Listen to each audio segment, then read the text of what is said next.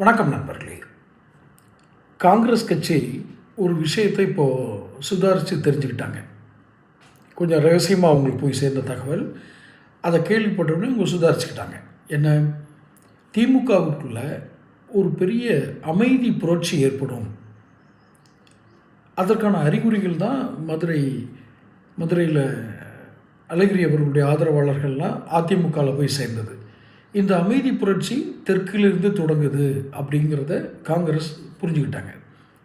புரிஞ்சதுக்கப்புறம் தான் இப்போ சீட்டு கொடுத்தா கூட சீட்டே அதிகமாக கொடுத்தா கூட, இது தொகுதிகள் எண்ணிக்கை அதிகமாக கொடுத்தா கூட, இவங்க சங்காத்தமே நமக்கு வேணாம், இவங்க உறவே வேணாம். காரணம், இந்த அமைதி புரட்சின்னு நான் சொன்ன அந்த திமுகவின் தலைமைக்கு எதிரான அந்த மனநிலை கூட்டணி கட்சிகளையும் சேர்த்து தான் அது பாதிக்கும்.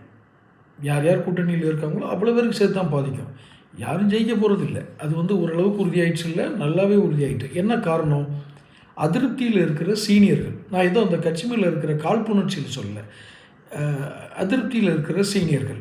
இந்த சீனியர்கள் மேலெல்லாம் தொடர்ந்து வழக்குகள் இருக்குது. இவங்களெல்லாம் விட்டுருங்க, இளைஞர் அணியை கொண்டு வருவோன்னு ஒரு அதிபுத்திசாலி உதயநிதி ஸ்ட்ராங்காக ஸ்டாலின்கிட்ட பேசிகிட்டு இருக்கார். இளைஞர் அணி தான் வரணும், இளைஞர்களுக்கு தான் வாய்ப்பு கொடுக்கணும், அவங்கெல்லாம் ஒதுக்கிடுங்க. அவங்க மேலாம் ஏகப்பட்ட புகார், யாரும் அதுலேருந்து தப்பிக்கிற ஒரு மாதிரி தெரியல. இவங்களை மறுபடியும் நிறுத்தினோம்னா நம்ம கட்சி போயிடும், அதனால் இளைஞர்களை கொண்டு வருவோன்னு சொல்லி உதயநிதி ஒரு பக்கம். இன்னொரு பக்கம் அண்ணன்